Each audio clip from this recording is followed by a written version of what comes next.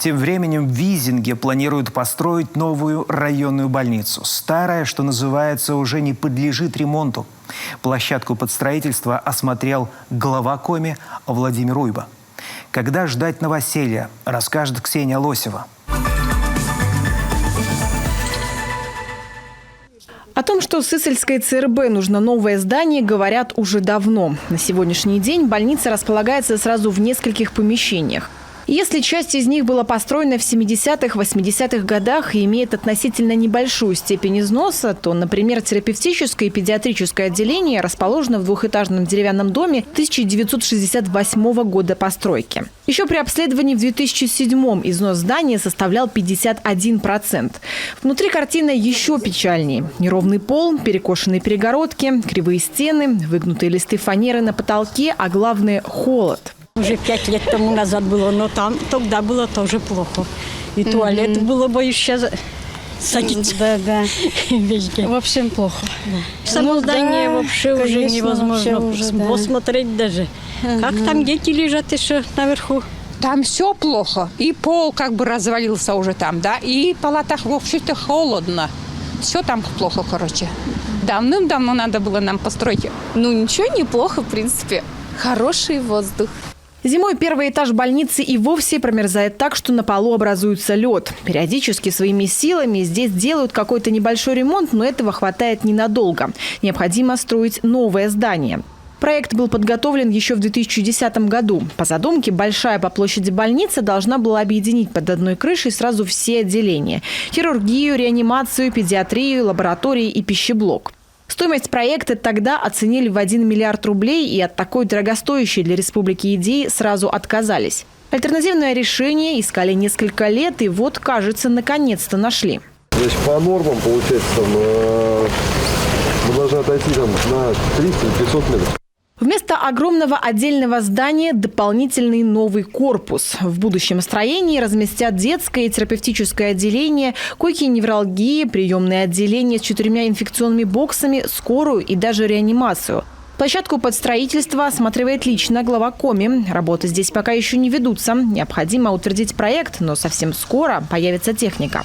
Медлить больше нельзя. Тема волнует всех без исключения местных жителей. Процесс затянул стоящий поблизости объект культурного наследия. Он нам отодвинул нас как минимум на 1,5 года, потому что объект культурного наследия требует вокруг себя санитарно-защитную зону.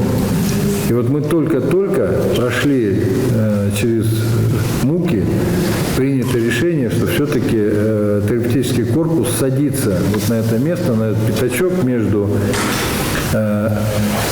сегодняшним, да, там, если стоять к нему спиной, да, слева этот старый инфекционный, вот на этот пятак он садится, и границы этого объекта культурного наследия волостного совета крестьянских солдатских депутатов не мешает и не затрагивает.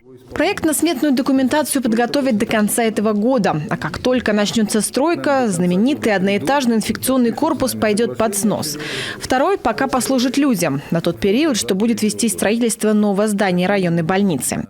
Деньги на строительство, а это 465 миллионов рублей, есть. 90% дает федерация, остальное – республика. Зданиям, в которых располагается Сысольская ЦРБ, уже больше полувека, а потому принимать в таких условиях пациентов зачастую здесь становится уже просто небезопасно. Если все пойдет по плану, то новое здание появится вместо вот этого заросшего поля уже в 2023 году.